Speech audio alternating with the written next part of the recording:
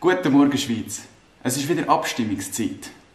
In diesem Video geht es um die Volksinitiative Ja zum Verhüllungsverbot, die 2017 eingereicht worden ist. Die Initiative verlangt im gesamten öffentlichen Raum ein Verhüllungsverbot. Also Fußballstadien, Läden, Strassen, ÖV. Die Initiative legt auch Ausnahmen fest. Also in Gotteshäusern, Moscheen und so dürfen sich weiterhin verhüllen. Man darf sich weiterhin verhüllen aus Gründen von Sicherheit, Gesundheit, Mundschutzmasken, zu Covid-Zeiten natürlich, beim Skifahren oder bei der Fasnacht und so. Im Moment ist es so, dass die Kantone selber entscheiden dürfen, ob sie so ein Verbot wollen oder nicht. Der Kanton Tessin hat es seit 2016 und St. Gallen seit 2018. Alle anderen Kantone haben kein so ein Verbot. Eines der grossen Argumente dagegen ist, dass man sagt, es schadet an Tourismus. Ob das so ist, kann ich nicht wirklich sagen. Weil zum Beispiel im Kanton Tessin, wo es eben so ein Verbot gibt, hat es verschiedene Hoteliers, die sagen, dass sie zwar am Anfang die Befürchtung hatten, aber die Befürchtung nachher nicht eingetroffen ist. Dass zum Beispiel die arabischen, saudischen Touristenzahlen gleich hoch geblieben sind, auch nach dem Verbot, und dass die Botschaft in der Schweiz ihre Bürger darauf das Verbot aufmerksam gemacht haben und das respektiert wird. Dann, ob die Verschleierungen unser Zusammenleben allgemein beeinträchtigen, das muss jeder für sich selber wissen. Jetzt ihn das stört, wenn im Tram gegenüber so eine mit einer Burka und einem Niqab dir gegenüber sitzt oder nicht. Ich bin jetzt nicht gerade der Religionsexperte, aber ich bin mir sicher, dass keine Religion seine Gläubiger zwingt dazu, sich zu verschleiern.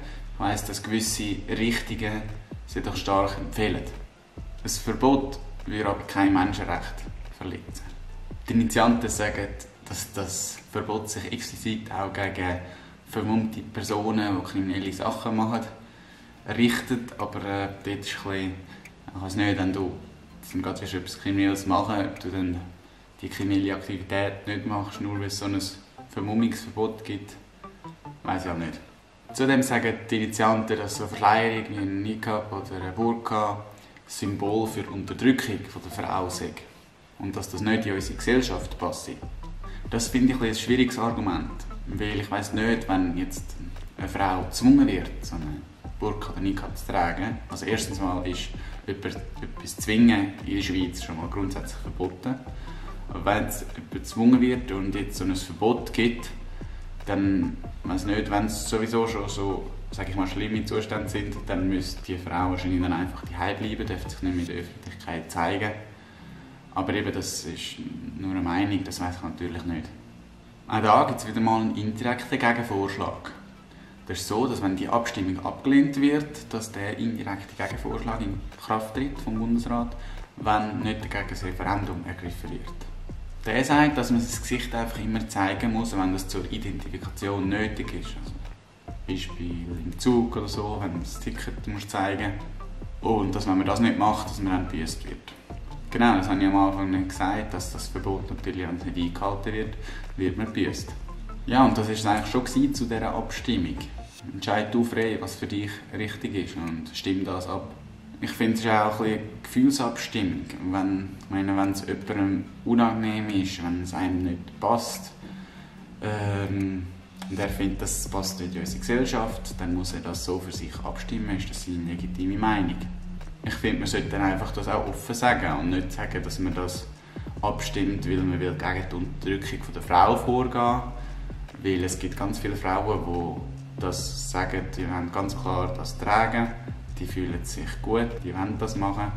Also wenn es jetzt irgendeinen Schweizer stört, dann ist das, weil es ihn stört und nicht unbedingt, weil er jetzt die Unterdrückung der Frau verhindern. Vergiss nicht, den Brief genug früh abzuschicken, wenn du brieflich abstimmst. Und falls du sonst noch einen Kommentar oder eine Anmerkung hast zu dieser Abstimmung, würde mich freuen, wenn du sie unten in den Kommentaren schreibst. Ich bemühe mich um Objektivität, um alle Meinungen abzudecken. Falls du etwas anderes wahrgenommen hast, teile doch das mit uns. Danke. Und falls du etwas Interessantes von dem Video genommen hast, würde ich mich über ein Like freuen. Und um auch über zukünftige Abstimmungen informiert zu bleiben, abonniere doch den Kanal. Bleib gesund, halten wir uns weiterhin an die Regeln, kommt alles gut.